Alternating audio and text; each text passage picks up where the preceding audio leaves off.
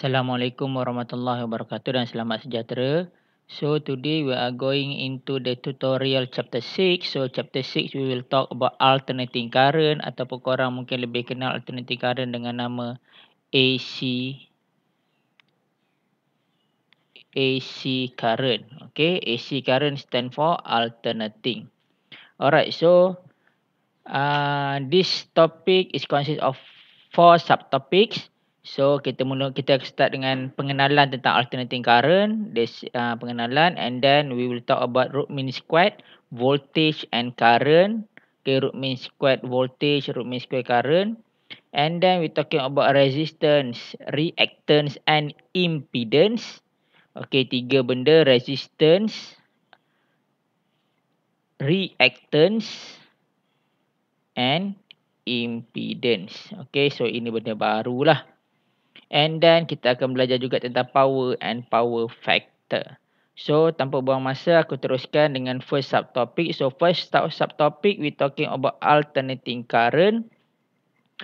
So kita nak memperkenalkan apa ini alternating current. So kita nak belajar how to sketch and interpret sinusoidal AC waveform. So for those who remember, sinusoidal ni adalah bentuk sine graph, kan? Sine graph bentuk macam ni, macam ombak tu. Okay, sinusoidal AC waveform. So kita nak belajar macam mana nak baca graf AC. And then daripada graf tersebut kita nak keluarkan voltage and current equation. Okay, I is equals to I naught sin omega t and V is to V naught sin omega t. Pada masa yang sama, equation ini juga boleh ditulis sebagai I naught cos omega t and V naught cos omega t. Okay, berdasarkan bentuk graf yang ditunjukkan. Okay, berdasarkan bentuk graf yang ditunjukkan. So kalau siapa ingat, kan, dua-dua graf ini adalah graf yang sama sahaja. Katakan kita ada bentuk sinusoidal macam ini. Kan, aku sambung. So kalau graf sin, okay, dia start dekat sini, dekat 0. Okay, ini adalah graf sin. Katakan ini max, ini min. Okay, so graf sin, sinusoidal, dia start dekat 0. Tapi bagi graf cos, okay, dia menggunakan graf yang sama tapi dia start dekat maximum value. Okay, ni adalah graf cos. Ni adalah graf sin. Okay, itu je lah perbezaan, bentuk sama. Alright, so sama juga kalau graf negative sign. Okay, graf negative sign dia boleh buat dekat sini. Okay, ni negative sign. Okay, ni graf negative sign sebab dia bergerak ke bawah lah. So sama juga negative cos. Okay, negative cos dia ubahkan paksi Y dia sahaja. So dekat minimum value, so dia adalah negative cos punya graf. Okay, so basically sin and cos graf ni sama sahajalah. Dia ada bentuk sama, cuma perbezaan pada dia punya starting point. So dia tak kisah dia boleh gunakan nama cos ataupun boleh gunakan nama sin. Alright. So nanti aku explain pasal benda ni sebab biasa pelajar macam confused. Kenapa kadang-kadang kita guna cos, kenapa kadang-kadang kita guna sin? Basically it is the same graph. Okay, bentuk yang sama. Okay, pada shape yang sama, cuma dia punya starting point dia sahaja yang berbeza. Alright, so kita moving on to the first question. Okay, first question. Okay, dekat sini kan kita ada sine graph. So macam mana kita tahu ini adalah sine graph? Sebab dia start dekat 0. Okay, ini adalah sine graph. So kalau kita baca daripada equation ni, kita boleh tahu dia punya equation dia adalah V is equals to V naught. Okay, V naught ni maximum V lah, maximum voltage. Okay, ni adalah V naught sin. Okay, omega kita kena kira. Omega is equal to 2 pi over T. Period dia dekat sini adalah 0.4. Harap dengan T. Okay, ini dia punya dia punya formula lah. Okay, so for those yang tak ingat, kan ni daripada sem lepas, omega is equals to 2 pi f is also equal to pi over t. Okay, ni datang daripada chapter 9 semester 1. Masa kita belajar simple harmonic motion. So macam mana nak baca period? Period baca daripada untuk one complete oscillation. Okay, tu dia punya period.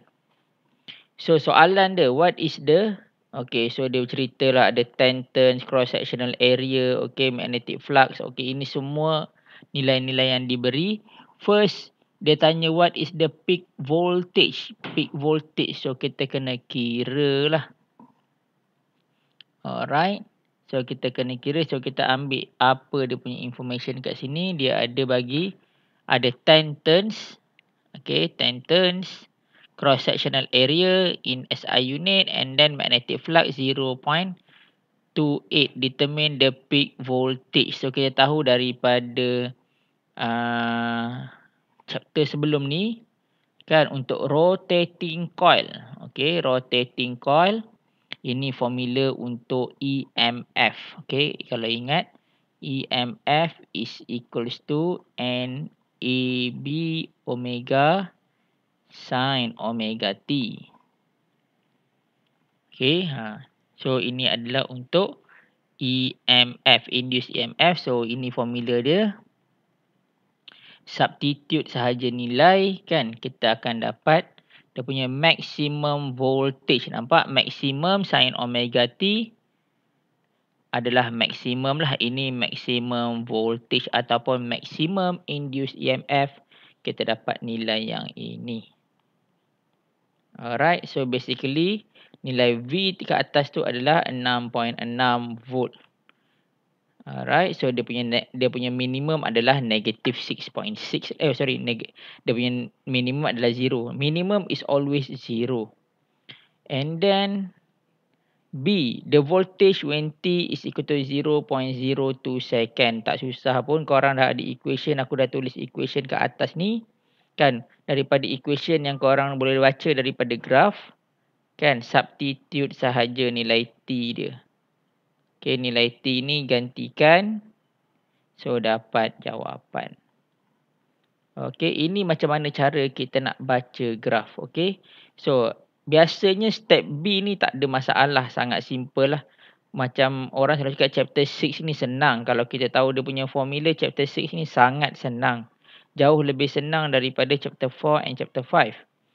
So, yang B ni tak ada masalah lah. Cuma yang A ini, kan, ini datang daripada chapter 5. Okay, datang daripada chapter 5 untuk korang kira. Sebab dia berasal daripada rotating coil. Okay, selalu pelajar sangkut dekat sini lah nak cari dia punya voltage.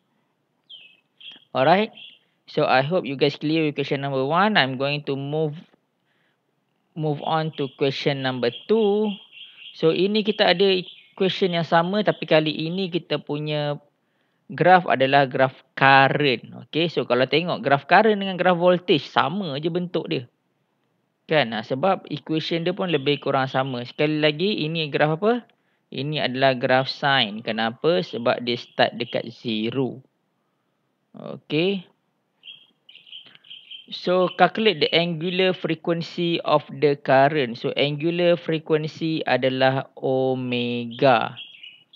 Okay, omega. So, mana datang? Cikgu, saya tak pernah dengar angular frequency. Maksudnya, sebelum ni korang tak pernah belajar chapter 9 lah.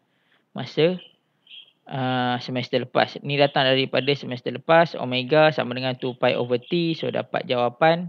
Boleh tinggalkan dalam bentuk pi. Tak ada masalah. Pi radian per second. Kau buat dalam bentuk perpuluhan pun tak ada masalah. Unit dia adalah radian per second. And then write the mathematical expression for the current. So, nampak? Kita dapat equation kita adalah dalam sine. Kenapa? Sebab graf ini start dekat 0. Kalau katakan graf ini paksi dia dekat maksimum, so dia adalah graf cos. Kalau katakan paksi dia bermula dekat sini, going down, ini graf negative sine. Dan kalau katakan paksi dia bermula dekat sini, ini adalah graf negative cos. Okay, so kau tulis sahajalah dekat korang punya persamaan ini. Dan make sure bila dia kata mathematical expression. Okay, dia tak tanya equation, dia kata expression. So make sure korang kena ada information dekat sini. Yang mana I in ampere and T in seconds. Kalau voltage, V in volt and T in second. Alright. So I hope it's clear everything. Alright. So with these two example, we have finished subtopic 6.1. So dalam 6.1 ni apa yang penting adalah kita nak baca graf. Okay, baca graf. So apa yang aku nak sampaikan, kan biasanya pelajar tak ada masalah nak baca sign graf sebab dia biasa jumpa.